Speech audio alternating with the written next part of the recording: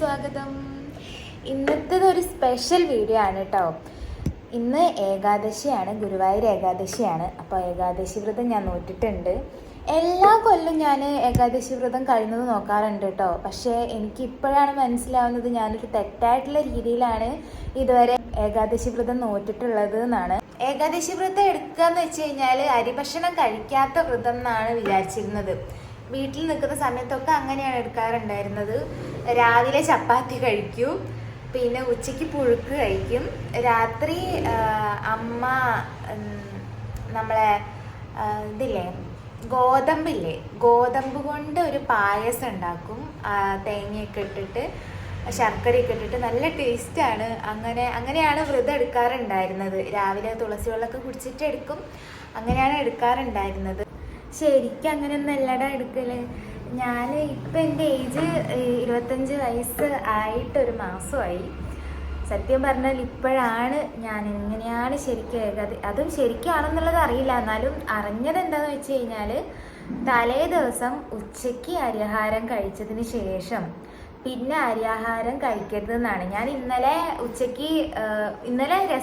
രാവിലെ അമ്പലത്തിൽ പോയപ്പം ഞാൻ മസാല ദോശ കഴിച്ചിട്ടുണ്ടായിരുന്നു. അപ്പോൾ ഇന്നലത്തെ അരിയാഹാരം ആയല്ലോ, പിന്നെ ഞാൻ അരിയാഹാരം കഴിച്ചിട്ടേ ഇല്ല. ഉച്ചയ്ക്ക് ചപ്പാത്തി കഴിച്ചു, രാത്രിയും 7 മണിക്ക് മുന്നേ ചപ്പാത്തി കഴിച്ചു. അതായത് 7 മണിക്ക് മുന്നേ അത്താഴം കഴിക്കണം എന്നാണ്.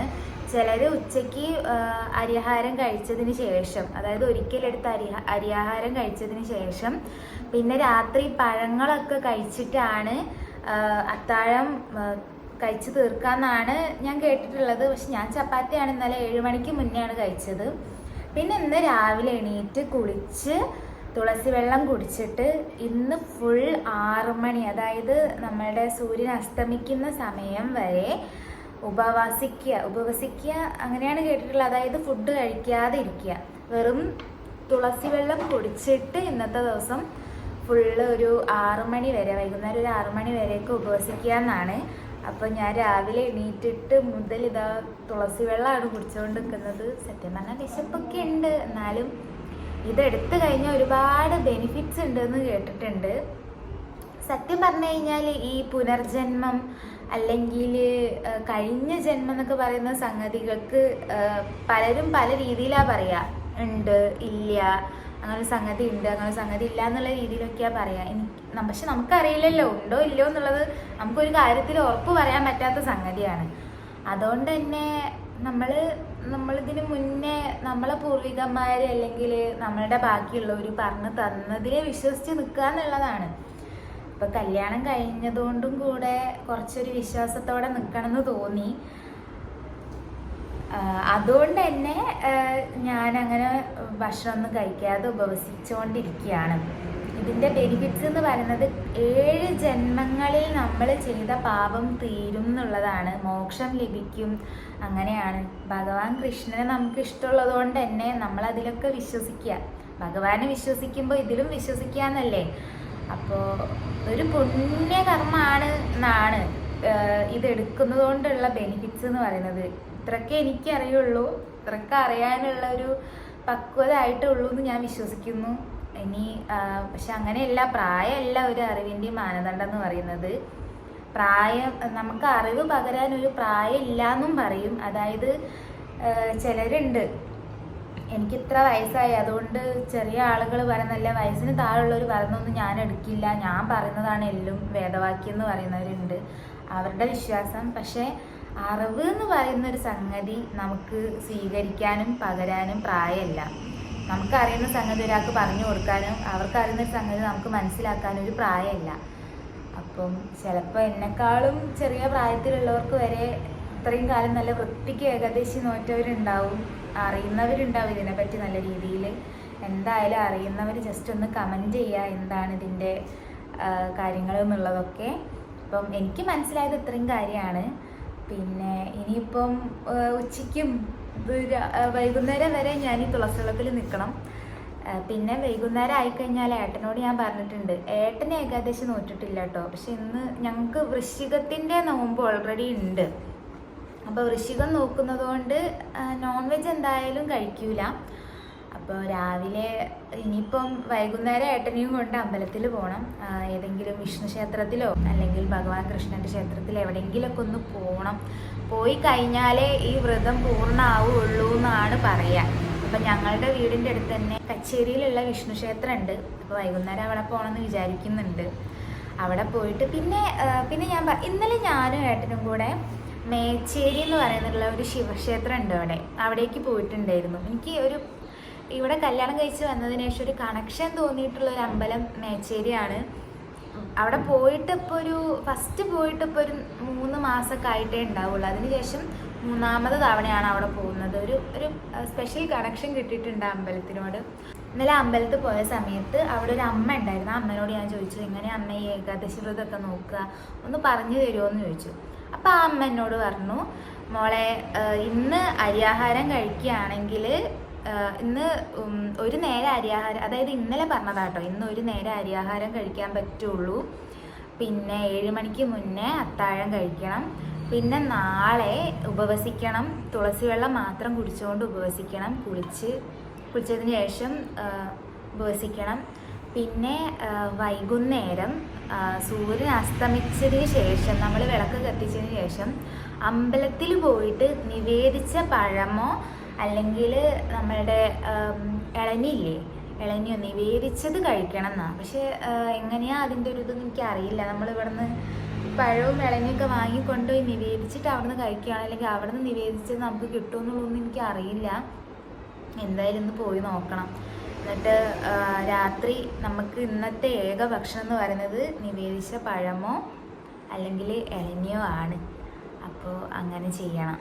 പിന്നെ ചിലർ ഞാൻ പറഞ്ഞു കേട്ടിട്ടുണ്ട്, പഴങ്ങളൊക്കെ കഴിച്ചുകൊണ്ടാണ് ഏകാദശി വ്രതം രാവിലെയും വൈകുന്നേരവും ഒക്കെ ആയിട്ട് പഴമൊക്കെ കഴിച്ചിട്ടാണ് എടുക്കുക എന്ന് പറയുന്നുണ്ട്. പക്ഷെ എനിക്കറിയില്ല, ഞാൻ ഇങ്ങനെയാണ് എടുക്കുന്നത്. ആ അമ്മ പറഞ്ഞതുപോലെ എടുക്കുകയാണ്. പിന്നെ എന്നോട് പറഞ്ഞു, കല്യാണമൊക്കെ കഴിഞ്ഞതല്ലേ മോളെ, അപ്പോൾ ഒന്ന് എടുത്ത് നോക്ക്, നല്ലതാണ്, ഏറ്റവും നല്ലതാണ് എന്നൊക്കെ പറഞ്ഞപ്പോൾ അങ്ങനെ എടുക്കുകയാണ്.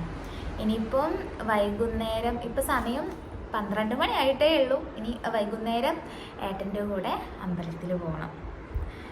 ഇത്രയും പറഞ്ഞതിൽ ഞാൻ എന്തെങ്കിലും പറഞ്ഞതിൽ മിസ്റ്റേക്സ് ഉണ്ടെങ്കിലോ അല്ലെങ്കിൽ നിങ്ങൾക്ക് അറിയുന്ന എന്തെങ്കിലും കാര്യം ഉണ്ടെങ്കിലോ എന്തായാലും പറഞ്ഞു തരണം കേട്ടോ ഗൈസ്. ഇപ്പോൾ ടൈം 4:45 കേട്ടോ. യെസ് ഗൈസ്, ഇതുവരെ നമ്മൾ വ്രതം നോറ്റുകൊണ്ട് ഫാസ്റ്റ് ചെയ്തുകൊണ്ടിരുന്നു. വെള്ളം വിശക്കുന്നുണ്ടായിരുന്നു. കൊണ്ടുവന്ന വെള്ളമൊക്കെ കുറച്ചായിട്ട് കുടിച്ച് തീർത്തു. പൊതുവെ വെള്ളം കുടിക്കാൻ മടിയാണെന്ന് വെള്ളം ഫുള്ള് തീർത്തു. വിശക്കുന്ന സമയത്തൊക്കെ ഇങ്ങനെ വിചാരിക്കും, നമുക്ക് വേണ്ടിയിട്ടല്ലേ. പിന്നെ വെച്ച് കഴിഞ്ഞാൽ ഏട്ടനും കൂടെ വേണ്ടിയിട്ട്, ഏട്ടൻ വ്രതം എടുക്കാത്തതുകൊണ്ട് ഏട്ടനും കൂടെ വേണ്ടിയിട്ടാണ് ഞാൻ എടുക്കുന്നത്. ഏട്ടനും നല്ലത് വരാൻ വേണ്ടിയിട്ടല്ലേ എന്ന് വിചാരിച്ചു. പിന്നെ ഞങ്ങൾക്ക് ഉണ്ടാവുന്ന 7 തലമുറയ്ക്കും ഇതെടുത്ത് ഞാൻ ഈ വ്രതം എടുക്കുന്നത് കൊണ്ട് എൻ്റെ ഗുണം ഇനി വരുന്ന 7 തലമുറയ്ക്കും കിട്ടുമെന്നൊക്കെയാണ് പറയുന്നത്. ഞാൻ കുറേ യൂട്യൂബൊക്കെ ചെയ്ത് നോക്കിയപ്പോൾ അറിഞ്ഞതാണ്. ഓക്കെ, അപ്പോൾ ഇതുവരെ ഞാൻ ഫാസ്റ്റ് ചെയ്തു, വ്രതം നോറ്റു. ഭഗവാനെ, അതിനുള്ള ശക്തി ദൈവം തന്നു. ഇനി വീട്ടിൽ പോകണം. 5 മണിയാകുമ്പോൾ ഇറങ്ങണം ഇവിടെ നിന്ന് ഓഫീസിൽ നിന്ന്. എന്നിട്ട് വീട്ടിൽ ചെന്നിട്ട് ഞാൻ ഏട്ടന് ചപ്പാത്തി കൊടുക്കാമെന്ന് വിചാരിച്ചു രാത്രി. അപ്പോൾ ചപ്പാത്തിക്കുള്ള കടലക്കറിയൊക്കെ രാവിലെ ആക്കി വെച്ച് വന്നു. ഇനി ചപ്പാത്തി ചുട്ട് കൊടുത്താൽ മതി. അപ്പോൾ രാത്രിത്തേക്കുള്ള ഡിന്നറിൻ്റെ പണിയൊന്നും ഇനി ഇല്ല. പൊതുവേ ചോറാണ് കഴിക്കലെന്ന് ചപ്പാത്തി ആക്കി.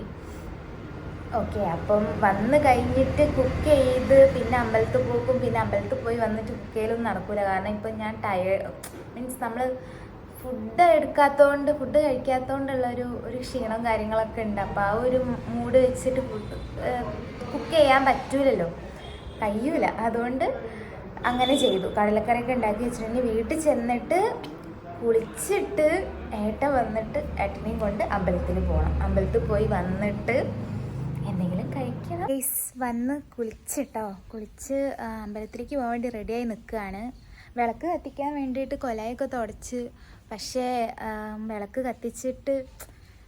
കത്തിച്ച് കുറേ നേരം വെക്കണ്ടേ. അപ്പോൾ ഞങ്ങൾക്ക് പോയി വരാനൊക്കെ ലേറ്റാവും. അതുകൊണ്ട് അകത്ത് മാത്രം വിളക്ക് കത്തിച്ചു. ഇന്നൊരു ദിവസം പുറത്ത് കത്തിക്കേണ്ട വെച്ചു. അകത്ത് കത്തിച്ചല്ലോ.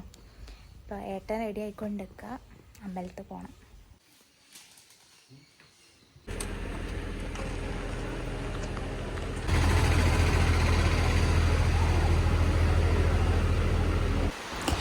ഗെയ്സ്, അങ്ങനെ ഞങ്ങൾ കുന്നത്ത് വിഷ്ണു ക്ഷേത്രം, അതായത് മണാശ്ശേരിയിലുള്ള ഒരു ക്ഷേത്രമാണ്, അവിടെയാണ് പോയത്. കച്ചേരിയിൽ പോകണമെന്ന് വിചാരിച്ചിരുന്നു. അപ്പോൾ എനിക്ക് പെട്ടെന്ന് കുന്നത്ത് ക്ഷേത്രത്തിൽ പോകാൻ തോന്നി. അവിടെയും മഹാവിഷ്ണുവിൻ്റെതാണ് പ്രതിഷ്ഠ. അപ്പോൾ അവിടെ പോയി തൊഴുതിറങ്ങിയപ്പോഴത്തേക്കും പുറത്ത് നല്ല മഴയായിരുന്നു കേട്ടോ. അവിടെ ചുറ്റുവിളക്കൊക്കെ ഉണ്ടായിരുന്നു. ചുറ്റുവിളക്കൊക്കെ കഴിഞ്ഞിട്ടാണ് അവിടെ എത്തിയത് ഞങ്ങൾ. അപ്പോൾ തൊഴുതിറങ്ങിയപ്പോൾ ഈ മഴയുടെയും കാറ്റൊക്കെ ആയിട്ട് വിളക്കൊക്കെ അണഞ്ഞുകൊണ്ടിരിക്കുകയായിരുന്നു. എന്നാലും അവിടെ നല്ലൊരു രസം ഉണ്ടായിരുന്നു കേട്ടോ. ആ മഴയത്തെല്ലാം അവിടെ ഇരിക്കാൻ. തിരിച്ച് വീടെത്തുമ്പോഴത്തേക്ക് 7 മണിയായി. ഗെയ്സ്, അങ്ങനെ അമ്പലത്തിൽ പോയി വന്നു കേട്ടോ. പെരും മഴ വെച്ച് കഴിഞ്ഞാൽ പെരും മഴ. അപ്പോൾ 7:15 എങ്ങാണ്ടും ആയി തോന്നുന്നു. 7:15 കഴിഞ്ഞു തോന്നുന്നുണ്ട് സമയം. അതുവരെ വിശന്നിന് നിന്നു ഗൈസ്. ഇപ്പൊ വന്ന് 2 പഴം പെട്ടെന്ന് എടുത്ത് തിന്നതാ വിശന്നിട്ട്. എന്തായാലും ഇനി നാളെ രാവിലെ എണീറ്റ് തുളസി വെള്ളം കുടിച്ചിട്ട് നമ്മളുടെ ഈ ഏകാദശി മുറിക്കണം. അങ്ങനെയല്ലേ പറയാം, അങ്ങനെ തോന്നണം. ഓക്കെ ഗൈസ്, എന്തായാലും നമ്മളുടെ ഈ വീഡിയോ ഇഷ്ടപ്പെട്ടിട്ടുണ്ടെങ്കിൽ ലൈക്ക് ചെയ്യുക, ഷെയർ ചെയ്യുക, സബ്സ്ക്രൈബ് ചെയ്യുക. അടുത്തൊരു വീഡിയോ ആയിട്ട് കാണുന്നവരേക്കും ബൈ.